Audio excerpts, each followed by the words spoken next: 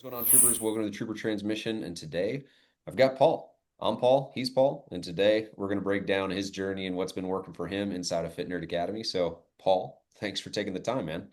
Not a problem. Good to be All here. right. So, let's start it off where we always do. What was going on in your world, a year, 6 months ago that inspired you to make a change with your health and fitness? I I just felt like sluggish. My belly had grown out. I was trying to keep up with my 14-year-old with her volleyball and helping her out, and I would get exhausted 5, 10 minutes in, which was no help to her. I tried running a 5K, had the worst time I've ever had. It My entire physical fitness just was in the toilet to me. Yeah. And when you say keeping up with her, this is on the court running. Just in Full- practice, just Okay. me just retrieving balls that get out of hand. Yeah.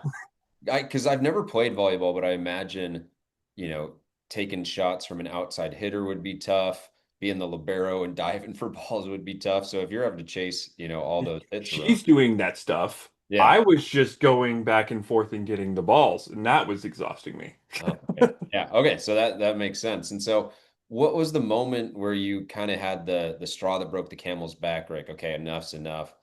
I want to look into getting some support.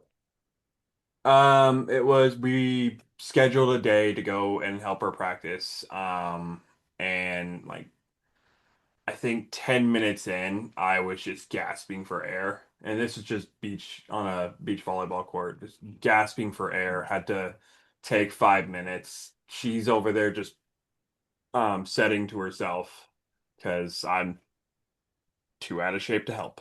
Yeah. And so you saw some weirdo on the internet with a clone trooper helmet. What inspired you to look into what we were doing over with Fit I for? was like, I like clones. Yeah, yeah, I had seen your videos a few times before, and I was like, that's cool. Looked into it a little bit, brushed it aside, and I had already started going to the gym, but had no goals or motivation or like a set workout, nothing. It was just me going and doing random stuff, and it yeah, wasn't really working. yeah, Um, and just the whole Star Wars aspect spoke to me. Like, there's a bunch of books right back there for yeah, just Star Wars. And getting a helmet. I'm excited. yeah. Um, so I decided to message you, and everything else just kind of flowed along. Yeah, totally. And for a lot of people that I talk to, they see the Star Wars and then they do a little bit more digging, and then they're like, okay, I want to make a change. As you started, maybe week one or even right before starting, were there any concerns or fears that you had around the process, or were you just excited to be moving in a direction towards more health and energy? Most of my concerns were more with myself. Like, am I going to be able to keep this up? Am I going to be able to keep going? Is my ADHD going to get in the way? Um, Turned out I didn't need to worry about that. I doubled down and buckled in. Yeah. I Um, remember that from our initial conversation. You had a lot of concerns around like, hey, I've got ADHD. And I shared like that's my background. I get very distracted. I'm like a squirrel or a dog with squirrels. And so having this gamification is kind of something that I built for myself to stay engaged. How has this worked with your ADHD and keep well, especially at the beginning, getting the challenges and like just adding those into what my trainer was giving me, and having those like small specific goals to work towards, while working towards my bigger goal of the weight loss and the gains, um, help my brain just latch onto it more. yeah. Yeah, no, and that makes sense because there's some that I've noticed with ADHD where I need multiple tasks for my brain to be kind of locked in. I always talk about in high school, or middle school, I was in like left field. I was an outfielder in baseball, and I moved to catcher partially because I just needed more going on. I needed more stimulation. Otherwise, I, go chasing butterflies. And so it sounds like for you, this really enabled you to have kind of a few different things for your brain to be focused on without like burning you out. Because that's the other side of the coin, right? Is like Yeah. too much input, too much stimulation, and then it's just shut down mode at that point. And so, what did you find helped you find, like, what shifts do you feel like you made that enabled you to find that balance?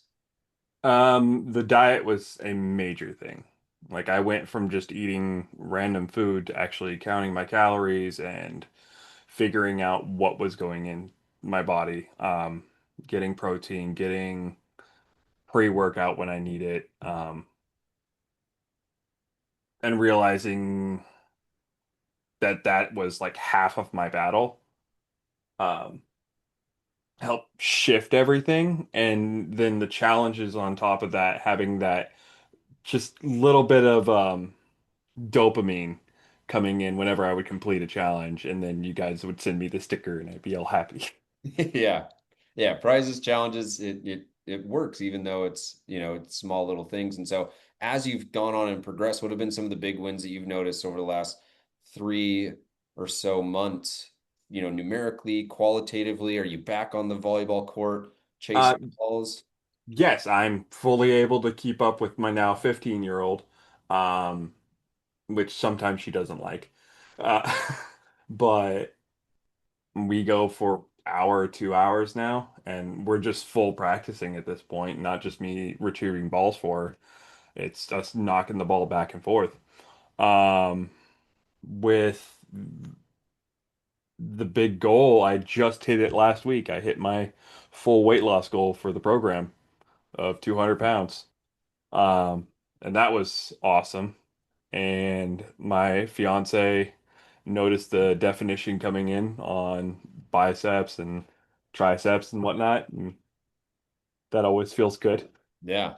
All right, cool. So you're making the daughter jealous. You're the one tiring her out. The fiance's noticing the gains, and you broke 200, which, is a huge. I see that a lot. It's really common for guys like that. There's a number for them, and a lot of times it's that 200 mark. Unless someone's like 6'6", then you're just gonna have more meat Yeah. on your frame. But yeah, that's massive to be, breaking through that and, beyond there, maintaining that I think is obviously where we'll continue to work with you on, and who knows what's next. For someone that was in your shoes a year ago, right? Or however long ago, where they're tired, too tired to play with their kids, they're not feeling like their best self. Like, what would you say from an advice standpoint, like your three keys to success, just so that they have kind of a place to start and what they would focus on if they were in your shoes? Um, the community is great. Always reach out with any questions, advice, any problems that you have with the program in general. Like you guys are great about it, but the rest of the community is always really helpful and will jump in as well. Um, Focusing on one challenge at a time really helped me. And then to get me over the plateau that me and you were talking about a few weeks ago during our Q&A, um, the overall monthly squad challenge that we did, I have been just focused in on getting all the points for the squad and helping them as much as I can.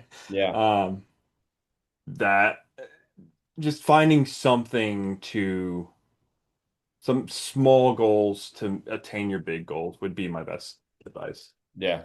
Yeah, totally. So like the way I heard that is the community side of things. And one thing that I always find is really interesting is when you help people out in the community, you get more help in the community. And so it becomes this kind of like the more you give, the more you have. So in a way, for someone who's struggling, and I see this a lot, giving someone else support is going to actually support yourself because you got to like find that energy within yourself.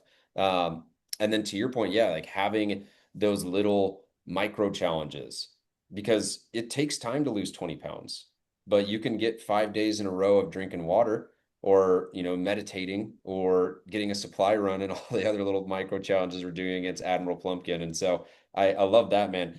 Let's go Star Wars angle for a second here. Who would you say is your favorite clone trooper and then also favorite clone unit?